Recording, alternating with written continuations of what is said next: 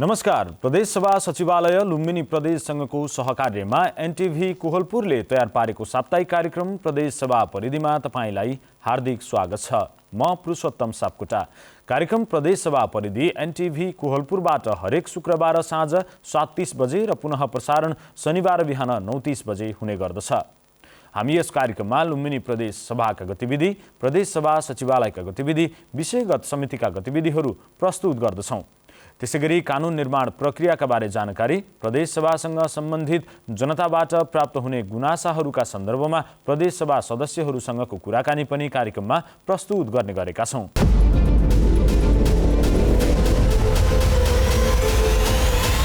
आजको अङ्कमा प्रदेश सभा सदस्यहरूको क्रियाशीलता, विषयगत समितिको चर्चा र प्रदेश सभा सदस्यसँगको कुराकानी प्रस्तुत गर्दैछौँ। कार्यक्रमको सुरुमा लुम्बिनी प्रदेश सरकारले पदक तथा विभूषण प्रदान गरेको प्रसङ्ग। लुम्बिनी प्रदेश स्थापना दिवसका अवसरमा गत फागुन 3 गते प्रदेशको स्थायी राजधानी तोकिएको ठाउँ दाङको देउखुरीमा विभिन्न क्षेत्रमा उल्लेखनीय योगदान पुर्याएका महानुभावहरूलाई पदक तथा विभूषणहरू प्रदान गरिएको छ।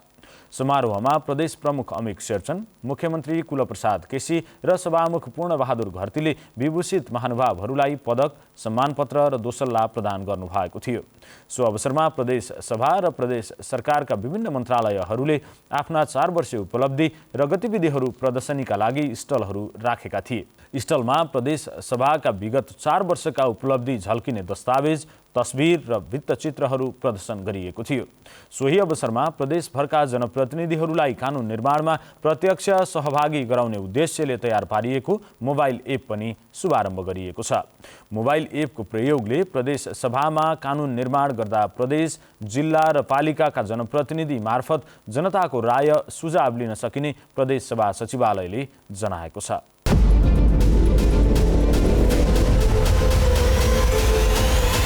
लुम्बिनी प्रदेश सभामा 6वटा विषयगत समितिहरू छन्।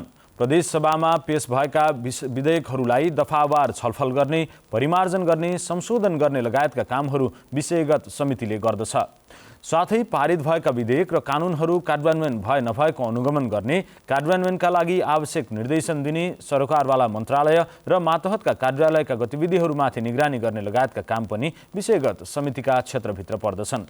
कृषि, वन तथा वातावरण समितिबारे चर्चा गर्दै हुनुहुन्छ रूपन्देहीबाट हरिश ढकाल। लुम्बिनी प्रदेश सभामा कृषि, वन तथा वातावरण क्षेत्रसँग सम्बन्धित विषयहरू हेर्नका लागि कृषि, वन तथा वातावरण समिति गठन गरिएको छ। सम्बन्धित विषयमा प्रदेश सभामा पेश भएका विधेयकहरूमाथि छलफल गर्ने र विधेयक पारित भएपछि कानुन कार्यान्वयनका सन्दर्भमा निगरानी गर्ने लगायतका प्रावधानका लागि सो समिति गठन गरिएको हो। प्रदेश सभामा पेश भएका कृषि, वन र वातावरण विषयसँग सम्बन्धित विधेयकहरूमाथि दफावार छलफल गर्नुका साथै सो समितिले ती विधेयकहरूमाथि आवश्यक परिमार्जन र संशोधन समेत गर्ने गर्दछ। नेपालको संविधानको धारा 193 बमोजिम प्रदेश सभाको कार्यप्रक्रियालाई व्यवस्थित रूपमा सञ्चालन गर्नको लागि प्रदेश सभामा विभिन्न विषयगत समितिहरू गठन गर्न सकिने व्यवस्था भएको र सोही अनुसार प्रदेश सभा निवाली 2074 को नियम 146 बमोजिम लुम्बिनी प्रदेश सभामा 6वटा विषयगत समितिहरू गठन गरिएको छ। यस अन्तर्गत कृषि, वन तथा वातावरण समिति पनि एउटा समिति हो र यो समितिको कार्यक्षेत्रमा कृषि, पशुपालन अनि भूमि व्यवस्था, कृषि, सहकारी, वन तथा वातावरण जस्ता विषयहरू पर्दछन् र यस समितिले गर्ने मुख्य कार्यहरूमा आफ्नो कार्यक्षेत्रसँग सम्बन्धित विषयहरूमा प्राप्त हुने विधेयकहरूलाई समितिमा दफावार छलफल गरी प्रतिवेदनसहित सभामा पेश गर्ने र आफ्नो कार्यक्षेत्रसँग सम्बन्धित मन्त्रालय र अन्तर्गतका सरकारी निकायहरूको काम कारबाहीहरूको बारेमा अनुगमन गर्ने, विश्लेषण गर्ने र निर्देशन दिने नै यस समितिको मुख्य कार्यहरू हो। कुल 13 जना सदस्यहरू रहेको सो समितिको पहिलो बैठक 2075 साल साउन 10 गते बसेको र हालसम्म कुल 54वटा बैठक बसी विभिन्न निर्णयहरू गरिएको प्रदेश सभा सचिवालयले जनाएको छ। समिति अन्तर्गत खास प्रयोजनका लागि गठन भएका विभिन्न उपसमितिहरूको पनि 9वटा बैठक बसेको थियो। 2077 साल चैत्र 22 गतेपछि भने सभापति र सदस्यहरूको अभावमा समिति निष्क्रिय भई बैठक बस्न सकेको छैन। समिति क्रियाशील रहेको अवधिमा समितिले सञ्चालन कार्यविधि पारित गरेको, 2वटा वार्षिक प्रतिवेदन तयार गरेको र 7वटा विधेयक उप दफावार छलफल गरी पारित गरेको सचिवालयले जनाएको छ। समितिमा हाल जीवनाशक विषादी नियमन सम्बन्धमा व्यवस्था गर्न बनेको विधेयक विचाराधीन अवस्थामा रहेको छ। समिति गठन भएको अवस्थामा 13 सदस्यहरूबाट समितिको गठन भएको थियो। हाल 13 सदस्यमध्ये 9 जना मान्यहरू मात्र यो समितिमा सदस्यको रूपमा रहनु भएको छ र 4 जना पूर्व समितिका सदस्यज्यूहरू मन्त्रीको रूपमा पदवाली भइसकेपछि र नियावलीमा मन्त्रीमा पदवाली भएर फिर्ता भइसकेको अवस्थामा पनि सदस्यको रूपमा रहने व्यवस्थामा स्पष्ट व्यवस्था नभएको हुँदा हाल 9 जना मात्र मान्य सदस्यहरू रहनु भएको छ र यो समितिको पूर्व बैठक, सबभन्दा पहिलो बैठक 75 श्रावण 10 गते तदर्थ समितिको रूपमा वरिष्ठ ज्येष्ठ मान्य सदस्य कमला श्रेष्ठको अध्यक्षतामा बैठक बसेको थियो र सो बैठकले नै सभापतिको चयन गरेपछि दोस्रो बैठक तत्कालीन सभापति मान्य विजयबहादुर यादवजीको अध्यक्षतामा बसेको थियो र हालसम्म उक्त समितिको 54वटा बैठकहरू बसेको छ भने उपसमिति पनि गठन गर्न सक्ने र उपसमितिको पनि बैठक बस्न सक्ने व्यवस्था भएकोले उपसमितिको पनि 9वटा बैठक बसेको देखिन्छ। यसअघि सो समितिले क्रियाशील रहेको अवस्थामा सहकारी सम्बन्धमा व्यवस्था गर्न बनेको विधेयक, वातावरण सम्बन्धमा व्यवस्था गर्न बनेको विधेयक, पशु स्वास्थ्य तथा पशुरोग सम्बन्धमा व्यवस्था गर्न बनेको विधेयक, पशु बत्सला तथा मासु जाँच गर्ने ऐन निर्माण सम्बन्धमा बनेको विधेयक लगायतका विधेयकहरूमाथि दफावार छलफल गरी बैठकबाट पारित गरेको थियो।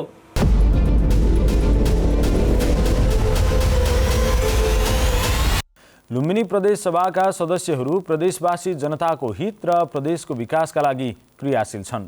उनीहरूले कानुन निर्माणसँगै सञ्चालित विकास निर्माणका गतिविधिहरूमाथि निगरानी र अनुगमन समेत गरेका छन्। प्रदेशसभा सदस्यहरूले निर्वाह गरिरहेको भूमिकाबारे चर्चा गर्दै हुनुहुन्छ रूपन्देहीबाट हरिश ढकाल। लुम्बिनी प्रदेशसभाका सदस्यहरूले थुप्रै समस्या र चुनौतीहरूका बावजुद प्रदेशसभाको विगत 4 वर्ष उल्लेखनीय रहेको बताउनु भएको छ। सङ्घीयता कार्यान्वयनका सवालमा प्रदेशसभाको भूमिका महत्त्वपूर्ण रहेको उल्लेख गर्दै प्रदेशसभा सदस्यहरूले जनताको नजिकको सरकारको रूपमा प्रदेश सरकार पाएको समेत बताउनु भएको छ।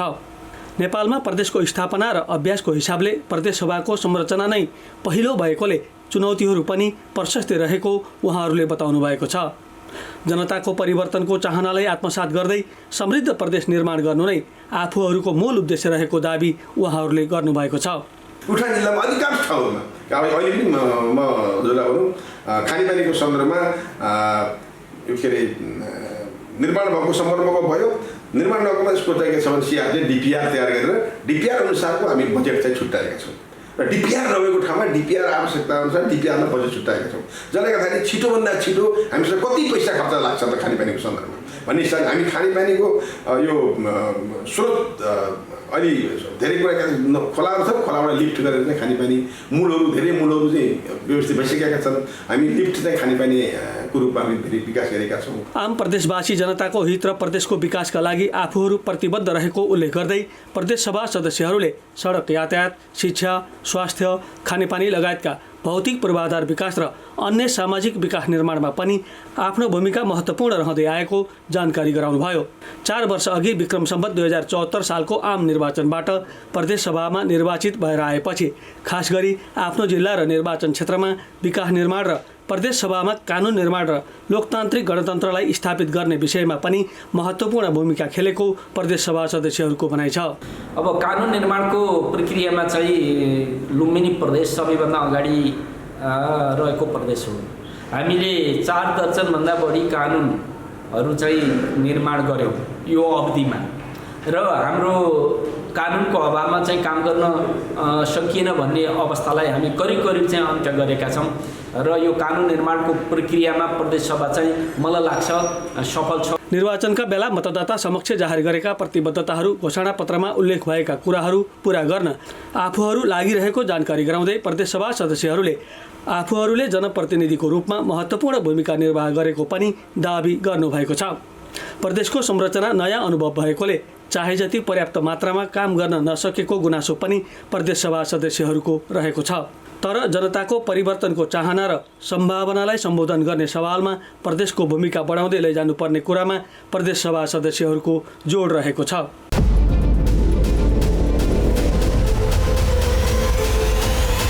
कार्यक्रममा अब प्रदेशसभा सदस्यसँग कुराकानीको पालो। आज हामी प्रदेशसभा सदस्य कृष्ण प्रसाद नेउपानेसँग कुराकानी गर्दैछौँ। रूपन्देही जिल्लाको निर्वाचन क्षेत्र नम्बर 1 को कबाट निर्वाचित कृष्ण प्रसाद नेउपाने अर्थ उद्योग तथा पर्यटन समितिको सदस्य हुनुहुन्छ। नेपाल कम्युनिस्ट पार्टी एमालेबाट निर्वाचित नेउपानेले निर्वाचनका बेला मतदाता समक्ष जाहेर गरेका प्रतिबद्धताहरू पूरा गर्न आफू निरन्तर क्रियाशील रहेको बताउनु भएको छ। आफ्नो निर्वाचन क्षेत्रमा पूर्वाधार विकासको क्षेत्रमा धेरै काम गर्नुपर्ने भएकाले यो 4 वर्ष अवधि त्यसतर्फ नै बिताएको उहाँले बताउनु भयो। प्रस्तुत छ उहाँसँग गरिएको कुराकानीको सम्पादित अंश। सुरुका 3 वर्षमा विकास एक किसिमले एउटा व्यवस्थित ढङ्गले अगाडि बढेका थियो। कतिपय अब बहुवर्षीय योजनाहरू पनि त्यही अनुसारै अगाडि बढेका थिए र यो विशेष गरेर सिँचाइ, खानेपानी, सडक, पुल इत्यादि भौतिक पूर्वाधारका कामहरू पनि राम्रैसँग अगाडि बढेको थियो। तर यो वर्ष विशेष गरेर यो 4थो वर्ष लागिसकेपछि यो अब गठबन्धन सरकार बन्यो र त्यो गठबन्धन सरकार भइसकेपछि जुन बजेट छुटिएको थियो वास्तवमा त्यो चाहिँ फेरि त्यो बजेटलाई पुनर्विचार गरियो र अर्को बजेट ल्याइयो। अर्को बजेट ल्याउँदाखेरि पुराना योजनाहरू चाहिँ अहिले अस्तव्यस्तै भएका छन्।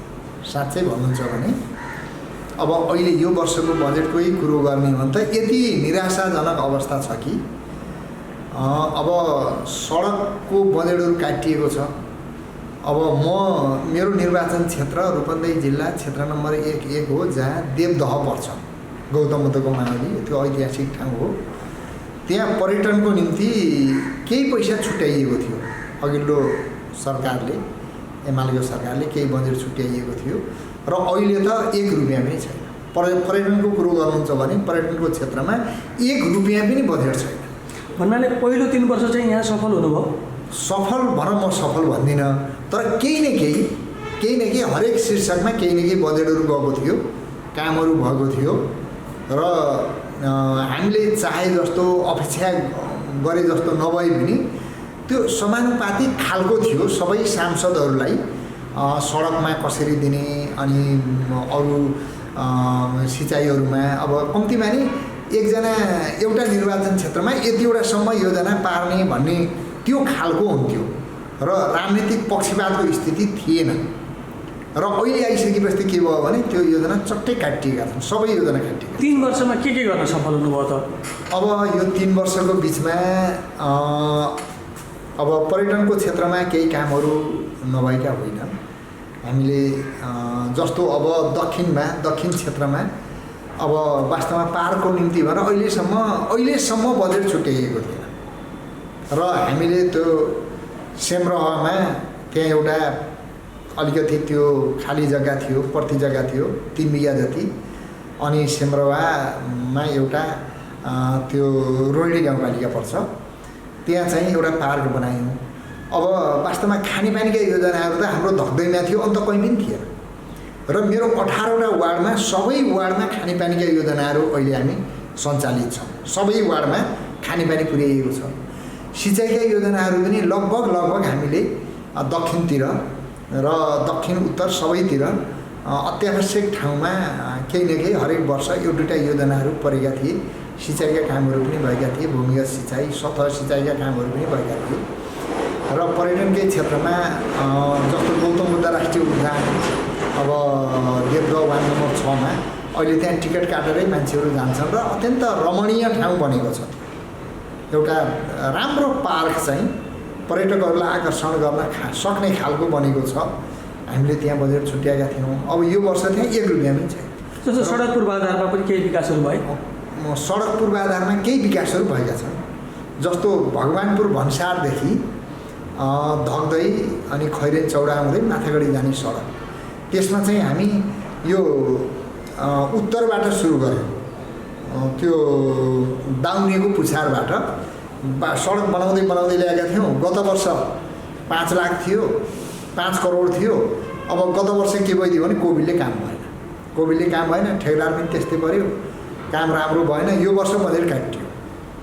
अब अर्को एउटा सडक चाहिँ हामी यता बोधबारबाट 10 गजाबाट नै सुरु गरेका थियौँ। 10 गजाबाट एउटा सडक 10 गजाबाट सुरु गरेर यता उत्तरतिर ल्याइएको थियो। एउटा उत्तरबाट सुरु गरेर यी मेरुदण्ड दुईवटा चाहिँ हाम्रो क्षेत्रका महत्त्वपूर्ण सडकहरू हुन्।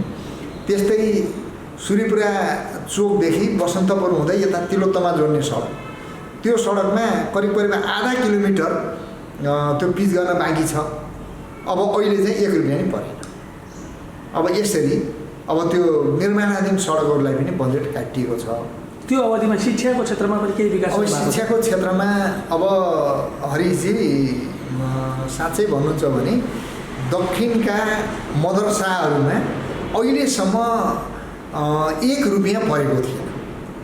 यो हामी सायद 75-76 को बजेटमा हामीले सबै मदरसालाई हामी चाहिँ आर्थिक सहयोग गऱ्यौँ। मदरसाको भवन बनाइदिने, विद्यालय भवन बनाउनको निम्ति नि बजेट छुट्यायौँ र लगभग सबै विद्यालयमा केही न केही थोरै धेरै सहयोग पुर्याउने काम भएका छन्। कति विद्यालयहरूमा कक्षा कोठा निर्माण गर्ने कामहरू पनि भएका छन् र अब यो वर्ष अब सूचना निस्कियो भनिन्छ, तर त्यो त्यति हामीलाई त्यति जानकारी खासमा तपाईँले शिक्षाको विकासको लागि यो गरे भन्ने खालको ठोस कुराहरू केही छन्। हामीले केरवानीमाविलाई त्यहाँ एउटा भवन 4 कोठी भवन बनायौँ। त्यहाँ कृषिको निम्ति विद्यार्थीहरूलाई कृषिको निम्ति एउटा माछा पोखरी बनाएका छौँ। उनीहरूले अहिले चाहिँ विद्यार्थीहरूले त्यो माछा पोखरीबाट र त्यहाँ केरा खेती गरेका छन्। त्यो केरा खेतीको आम्दानीले अहिले विद्यार्थीहरूको त्यो किताब कापीको खर्च चलेको छ। त्यस्तै अरू विद्यालयहरू जस्तो भवानीपुर मावि भयो, देवदह मावि भयो, यता दक्षिणतिरका माविहरू भयो, उनीहरूलाई पनि हामी सहयोग गरेका छौँ। केही न केही सहयोग गरेका छौँ कृषिको क्षेत्रमा, अथवा त्यहाँ कम्पाउन्ड वाल लगाउने, भवन कक्षा कोठा निर्माण गर्ने, यी कामहरूमा शैक्षिक क्षेत्रको भौतिक पूर्वाधारमा हामीले लगानी गरेका छौँ र मदरसाहरूको लागि गरेका छौँ। कतिपय धार्मिक विद्यालयहरूको लागि गरेका छौँ। अनि ज्येष्ठ नागरिक मिलन केन्द्रहरू, जुन पुराना मन्दिरहरू थिए, त्यो मन्दिरमा भएको जमिनलाई व्यवस्थित गरेर त्यहाँ एउटा पार्क पनि बनाउने, ज्येष्ठ नागरिक मिलन केन्द्र पनि बनाउने, हामीले त्यो काम पनि गरेका छौँ। र त्यसरी 5-7 ठाउँमा 5-7वटा मन्दिरहरूमा हामीले ज्येष्ठ नागरिक मिलन केन्द्रहरू पनि बनाएका छौँ र त्यसको निम्ति नै बजेट छुट्याएका छौँ। त्यो क्षेत्रमा स्वास्थ्यको निम्ति पनि केही विकासहरू स्वास्थ्यको निम्ति नै हामीले गरेका छौँ। जस्तो अब देवदहमा त्यहाँ त्यो स्वास्थ्य केन्द्रलाई हामीले सहयोग गऱ्यौँ। त्यस्तै अब त्यो धगदैमा भएको स्वास्थ्य केन्द्रलाई सहयोग गऱ्यौँ। ढोलबजावा सिक्टनमा ढोलबजावा त्यहाँ स्वास्थ्य केन्द्र छ, त्यसलाई सहयोग गऱ्यौँ। र यसरी हामीसँग भएको बजेटलाई पनि थोरै भए पनि कुनैमा कम्पाउन्ड वाल लगाउने, कुनैमा चाहिँ उपकरणको निम्ति यो ढङ्गले स्वास्थ्य, शिक्षा, पर्यटन सबै क्षेत्रमा हामीले चाहिँ सहयोग गरेका छौँ। र वास्तवमा यो देवदह भनेको पर्यटकीय केन्द्र हो। हामीले पर्यटनको क्षेत्रमा अलिक बढी त्यहाँ चाहिँ लगानी गर्न सक्यौँ भने भोलि विदेशी पर्यटकहरू, विशेष गरेर बौद्धिस्टहरू आउन सक्छन्।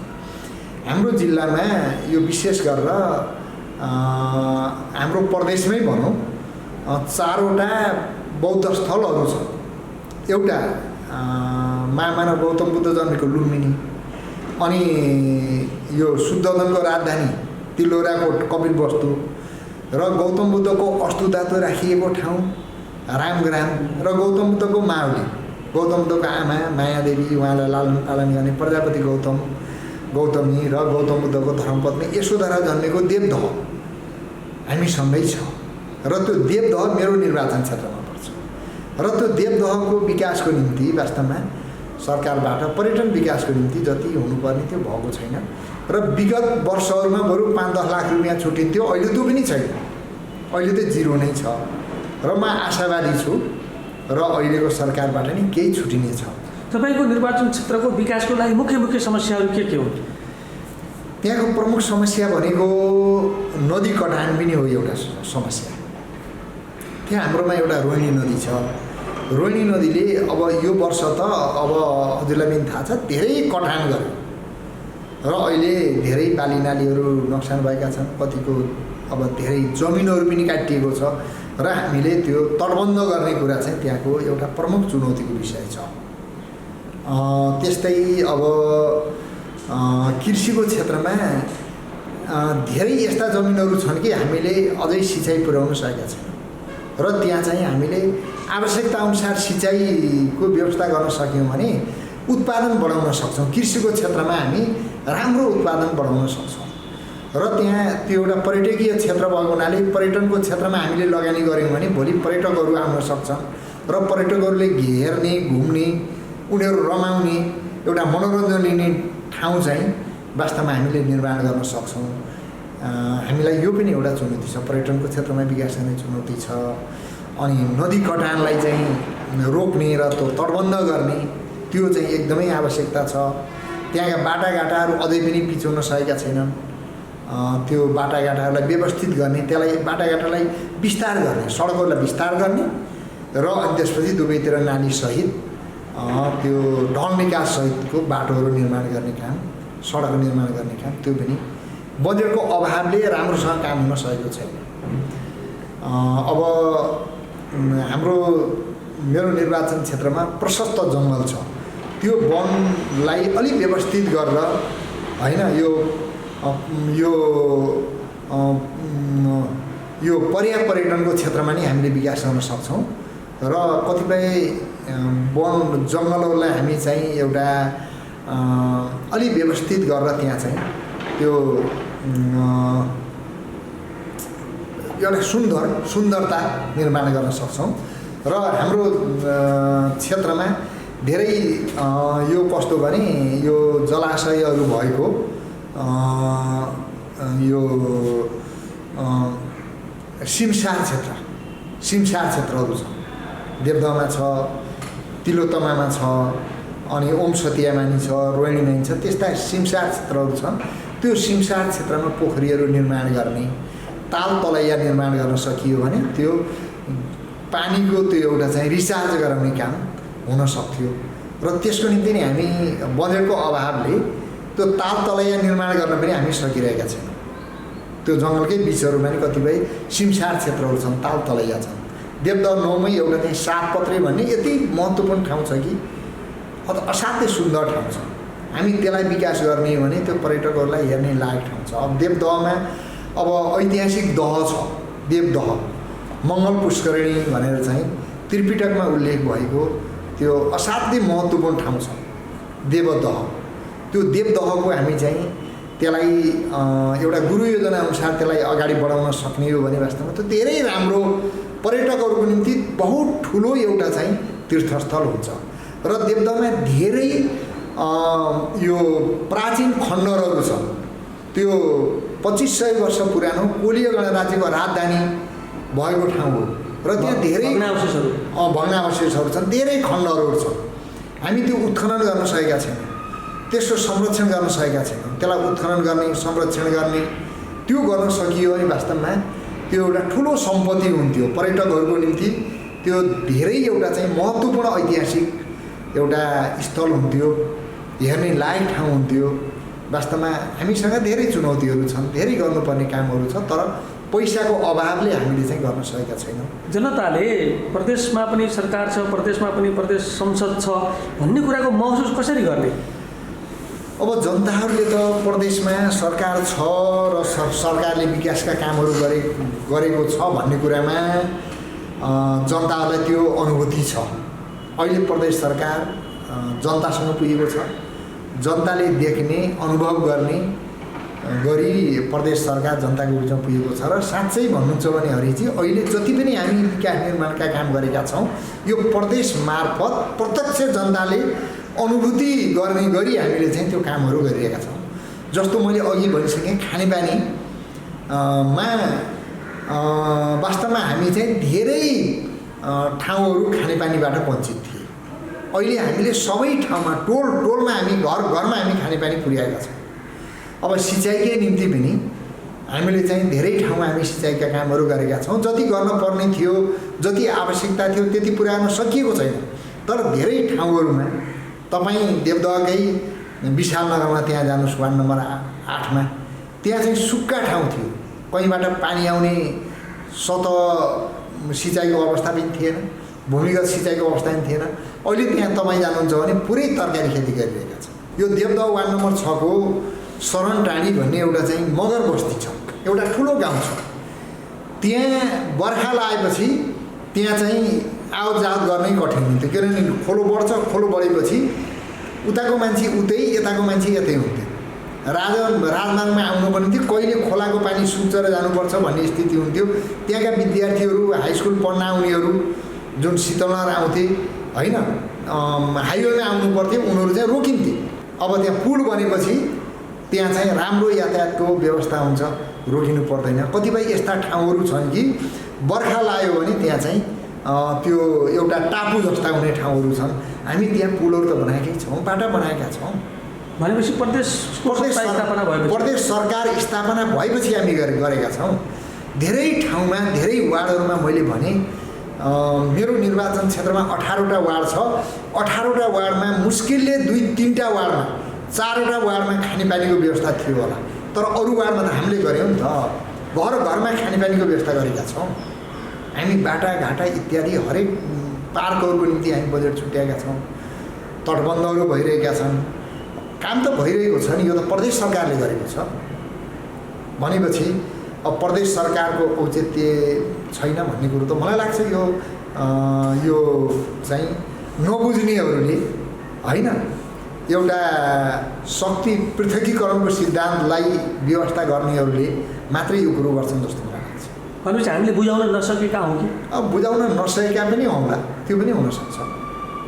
र कामहरू राम्रो भइरहेको छ, तर अहिले जति हुनुपर्ने अहिले यो आर्थिक वर्षमा त्यति राम्रोसँग काम भएको छैन र त्यो हुनुपर्छ र सरकारको त्यतापट्टि ध्यान जानुपर्छ। हामी प्रयत्न गरिरहेका छौँ।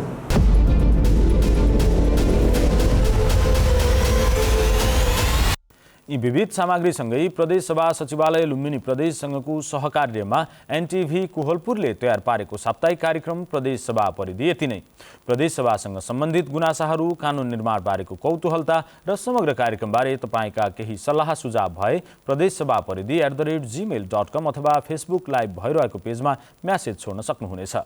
आगामी अङ्कमा हामी ती कौतूहलता मेटाउने प्रयास गर्नेछौँ। कोरोना सङ्क्रमणको दर न्यून हुन सकिराखेको छैन, त्यसैले स्वास्थ्य सम्बन्धीका मापदण्डहरूलाई कडाइका साथ पालना गर्न अझै नछोडौँ। सङ्क्रमणबाट आफू बचौँ र अरूलाई पनि बचाउँ। अर्को साता फेरि भेटौँला। हामी सबैलाई बिदा दिनुहोस्। नमस्कार।